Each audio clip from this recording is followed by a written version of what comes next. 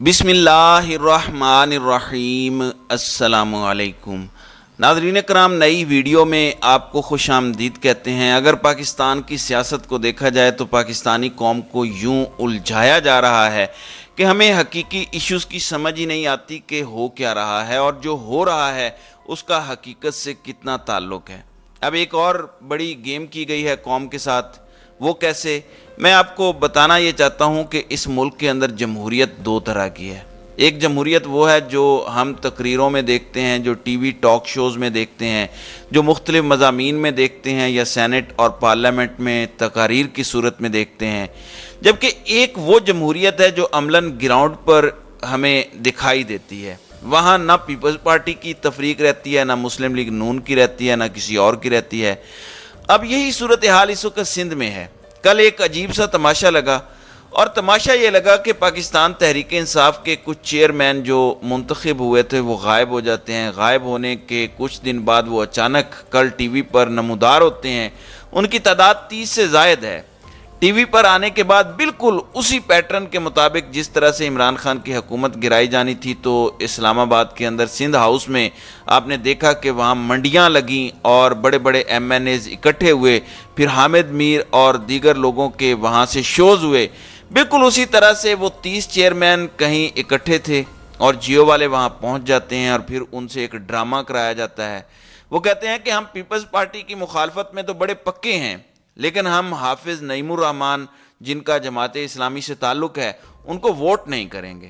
حالانکہ پاکستان تحریک انصاف غیر مشروط طور پر حافظ نعیم الرحمن کی حمایت کا اعلان کر چکی ہے، اور یہ بھی کہہ چکی ہے کہ اگر آپ ووٹ نہیں کریں گے تو اس کا مطلب واضح ہے کہ آپ پارٹی ڈسپلن کی خلاف ورزی کر رہے ہیں، اور ہم آپ کے خلاف پارٹی کا ڈسپلنری ایکشن جو ہے وہ کریں گے۔ لیکن ظاہر ہے یہ کارکنان یا یہ چیئرمین جو بھی ان کے پاس عہدے ہیں جن پر یہ الیکٹ ہو کر آئے ہیں، وہ کسی جگہ پر جاتے ہیں تو آخر کیا وجہ ہے کہ وہ اچانک ایک ہی جگہ سے برآمد ہو جاتے ہیں، اور وہاں پر چیئرمین اسد امان اور جو دیگر لوگ ہیں وہ کہتے ہیں کہ ہم عمران خان کے ساتھ ہیں اور ساتھ رہیں گے، ہم پیپلز پارٹی کے بھی خلاف ہیں لیکن ہم جماعت اسلامی کو ووٹ نہیں کریں گے۔ ہاں، اگر ہمیں عمران خان بلائیں تو پھر بات بن سکتی ہے، یعنی ہمارا چیئرمین ہمارے ساتھ آ کے مذاکرات کرے، پھر اس کے بعد ہم آگے بڑھیں گے۔ یعنی ایک کونسلر یا چیئرمین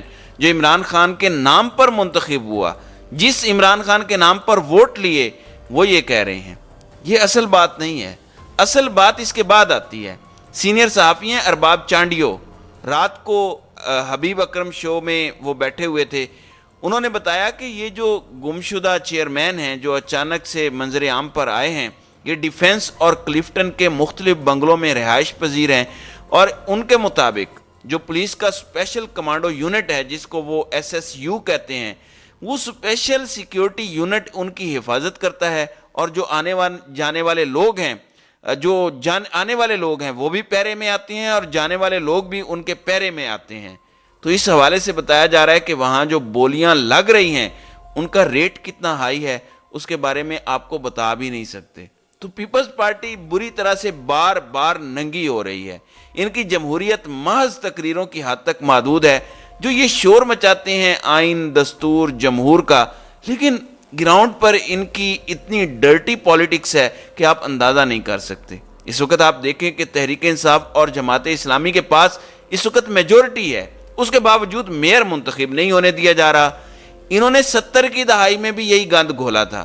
یہ اس وقت شیخ مجیب الرحمان کی اکثریت مان لیتے تو آج پاکستان ایک مختلف صورت میں ہوتا، لیکن ظاہر ہے ان کی ڈرٹی پالیٹکس کا خمیازہ ہمیں بھگتنا پڑا، اور مشرقی پاکستان بنگلہ دیش کی صورت ہم سے الگ ہوا۔ اب حافظ نعیم الرحمن کو کراچی کا یہ کسی صورت بھی میئر منتخب نہیں ہونے دینا چاہتے۔ اصل میں نعیم الرحمن کو روکنے سے زیادہ یہ تاثر دیا جانا ضروری ہے کہ عمران خان کو ہم روکیں گے۔ دوسری جانب پاکستان پیپلز پارٹی نون لیگ سے بھی کئی طرح کے بدلے لے رہی ہے۔ مثال کے طور پر نون لیگ کو یہ سمجھ آ رہی ہے، نون لیگ بھی اب عمران خان اور پاکستان تحریک انصاف والی باتیں کرنا شروع ہو گئی ہے، الیکشن والی۔ اب انہیں محسوس ہوا ہے کہ سارا گند تو ہمارے گلے پڑا، لیکن اس کا بینیفیشری ہم نہیں ہیں۔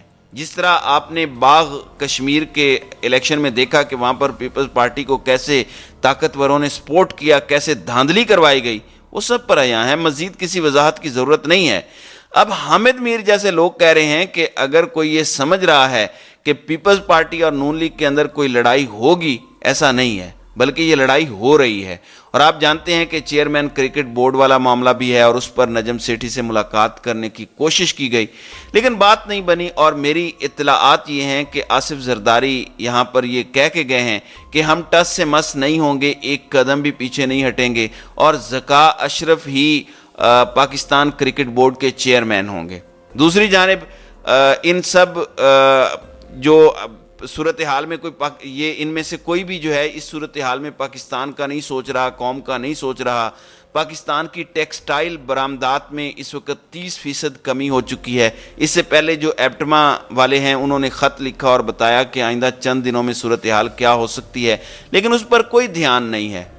صرف اور صرف لوگوں کو توڑنا کیسے ہے، ہم نے مختلف تجربات کرنے ہیں۔ اب کل عمران خان گئے جے آئی ٹی میں پیش ہوئے دیگر کیسز کے اندر انہوں نے ضمانتیں لی۔ رات کو تمام صحافیوں نے ایک خاص پیٹرن پر مشتمل ٹویٹس کی، جس کی وجہ سے آپ کو بہت سی چیزیں کلیئر ہو جاتی ہیں۔ اور آج اب بشرا بی بی کو نیب کی جانب سے القادر ٹرسٹ میں بلایا گیا ہے اور ایک بار پھر ان کی نیب راولپنڈی میں طلبی ہوئی ہے، تو ایک مشق کروائی جا رہی ہے۔ ایک دن عمران خان کو بلایا جاتا ہے جبکہ اگلے دن بشرا بی بی کو۔ لیکن آج جو دلچسپ ڈیولپمنٹ ہوئی ہے، وہ ڈیولپمنٹ ہوگی، وہ اصل میں سپریم کورٹ پاکستان سے ہے۔ آپ جانتے ہیں کہ وہاں پر الیکشن کمیشن والا کیس ہے، رات اس کا تفصیلی فیصلہ آیا، لیکن جو ریویو پٹیشن آج سے سنی جائے گی اور سپریم کورٹ کہہ چکی ہے کہ وہ اس کو روزانہ کی بنیاد پر سنے گی اور اس فیصلے کو منطقی انجام تک پہنچائے گی۔ اب اگر وہ منطقی انجام تک اسے پہنچائیں گے تو سمجھ آتی ہے کہ شہباز حکومت کے خلاف کوئی آرڈر پاس ہو سکتا ہے، کوئی توہین عدالت لگ سکتی ہے، کوئی ایسی چیز ہو سکتی ہے جس کا انہیں مسئلہ ہوگا۔ لیکن ظاہر ہے جو حکومت کرنے والے ہیں ان کو بھی پتہ ہے کہ ان کے پیچھے کون سی انویزیبل فورسز کھڑی ہیں، کن طاقتوروں کا ان کو آشیرواد حاصل ہے، کہاں سے ان کو تھپکی مل رہی ہے، سب جانتے ہیں۔ پاکستان کا بچہ جانتا ہے کہ اس گندے دھندے میں کون سے کردار ملوث ہیں۔ اب کراچی خواتین ونگ کی رہنما شبنم جہانگیر کو کراچی ایئرپورٹ سے حراست میں لیا گیا ہے اور بتایا گیا ہے کہ وہ جا رہی تھی لیکن ان کا نام سٹاپ لسٹ میں موجود تھا۔ چلیں آپ یہ کہہ دیں گے کہ وہ ہنگامہ آرائی اور دیگر معاملات میں ملوث تھیں، اس وجہ سے آپ نے اریسٹ کیا۔ چند دن پہلے بھی ایک سابق ایم پی اے خاتون رہنما جن کا پی ٹی آئی سے تعلق تھا، وہ حج کے لیے جانا چاہتی تھی لیکن ان کو بھی روک لیا گیا۔ تو تحریک انصاف یا ان سے منسلک لوگوں کے ساتھ یہ کیا جا رہا ہے۔ اب حامد میر اور دیگر لوگ ٹی وی پر بیٹھ کر یہ کہہ رہے ہیں کہ اگر اب بھی عمران خان یہ کہہ رہے ہیں کہ میرے ٹکٹ پر ہی لوگ جیتیں گے، تو پھر عمران خان کو سچویشن کا اندازہ ہی نہیں ہے، وہ سچویشن کو ریڈ ہی نہیں کر پا رہے کہ ان کے بارے میں کیا فیصلے ہو چکے ہیں۔ ویسے سب کو پتہ ہے جس طرح کل قومی اسمبلی کے اندر ایک قرارداد منظور ہوئی جس میں عمران خان کا نام تو نہیں لیا گیا، کہا گیا کہ ایک پارٹی کے سربراہ، تو اس وقت اندر کھاتے بہت سی چیزیں چل رہی ہیں۔ نون لیگ چاہتی ہے کہ عمران خان کو ملٹری کورٹ میں ٹرائل کیا جائے، لیکن بہت سے لوگ ان کو سمجھا رہے ہیں کہ یہ راستہ اگر کھل گیا تو پھر بار بار ایسا ہوگا۔ عمران خان تو چلیں بھگت لے گا لیکن آپ لوگ نہیں سہ پائیں گے، آپ نہیں جھیل پائیں گے، اس لیے تھوڑا ٹھنڈا کر کے کھائیں، لیکن وہ ٹھنڈا کر کے کھانے کو تیار نہیں ہے۔ دوسری جانب جو استحکام پارٹی لانچ کی گئی، پہلے ہمیں بتایا گیا کہ کس رہنما کے پاس کون سا عہدہ ہے، پھر اس کے بعد ایک لمبی چوڑی ترجمانوں کی لسٹ آئی کہ ہمارا میڈیا میں چل کر کیس کون لڑیں گے۔ اب خبریں آ رہی ہیں کہ فواد چودھری، عمران اسماعیل اور علی زیدی جیسے جو مختلف لوگ ہیں یہ شامل تو ہو گئے ہیں، لیکن مسئلہ یہ ہے کہ کیسے جسٹیفیکیشن دینی ہے، کیسے ووٹر کا سامنا کرنا ہے۔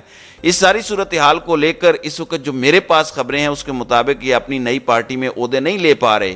یوں سمجھیں یہ عہدے لینے سے انکاری ہیں کہ ٹھیک ہے ہم پارٹی میں شامل ہو گئے، اتنا کافی ہے۔ حالانکہ دیکھیں تو فواد چودھری سے بہتر کوئی پارٹی ترجمان نہیں ہو سکتے تھے، لیکن انہیں یہ عہدہ نہیں دیا گیا، اس کی بجائے فردوس عاشق اعوان، فیاض الحسن چوہان اور میجر روکھڑی جیسے لوگوں کو سامنے لایا گیا۔ اب یہ کیا کرتے ہیں اس سے آپ اندازہ لگا سکتے ہیں۔